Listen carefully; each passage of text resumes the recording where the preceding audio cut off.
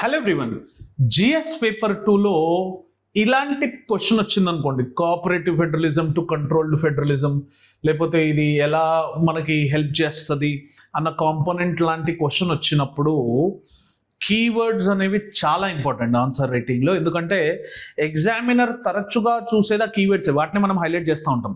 ఆ keyword presence ఉండడం వల్ల మీకు ఒక ఎక్స్ట్రా ఎడ్జ్ ఆఫ్ మార్క్స్ పడే అవకాశం ఉంటుంది.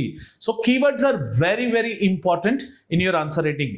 సో లెట్స్ సీ ఇలాంటి క్వశ్చన్ వస్తే ఎలాంటి కీవర్డ్స్ రాయాలో చూద్దాం. ఫస్ట్ కీవర్డ్ వచ్చేసి subsidiary principle. So this is the first subsidiarity principal.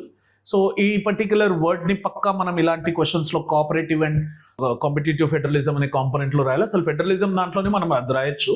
Second, asymmetric federalism. So asymmetric federalism అనేది తరచుగా మనం ఎక్కడ ఫెడరలిజం అనే కాంపోనెంట్ వచ్చినా కూడా దాన్ని జనరల్గా వాడుతూ ఉంటాం. అసిమెట్రిక్ ఫెడరలిజం అనేది అదొక second important keyword. Institutional consultation అనేది దీనికి చాలా చాలా ఇంపార్టెంట్. ఎందుకంటే ఎప్పుడు డిస్ప్యూట్స్ ఇన్ ఫెడరలిజం వచ్చినా కూడా ఇన్స్టిట్యూషనల్ కన్సల్టేషన్ అనే కీవర్డ్ని మనం తరచుగా వాడుతూ ఉంటాం. Plus physical empowerment. ఆ ఫిజికల్ ఎంపవర్మెంట్ అనే కాంపోనెంట్ని కూడా ఎప్పుడు డిస్ప్యూట్స్ వచ్చినా జనరల్గా ఫస్ట్ ఫిజికల్ డిస్ప్యూట్సే స్టార్ట్ అవుతాయి. అందుకే ఫిజికల్ ఎంపవర్మెంట్ ఎక్కడికి ఉండాలి, ప్రొవిన్షనల్ ఆటోనామిక్ ఉండాలా, సెంటర్ హెడ్ ఉండాలా, దాని బయాస్లో మనం ఈ కీవర్డ్ని చాలాసార్లు రాస్తూ ఉంటాం. Plus constitutional balance.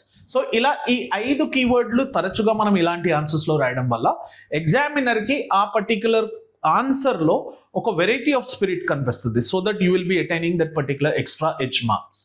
Thank you.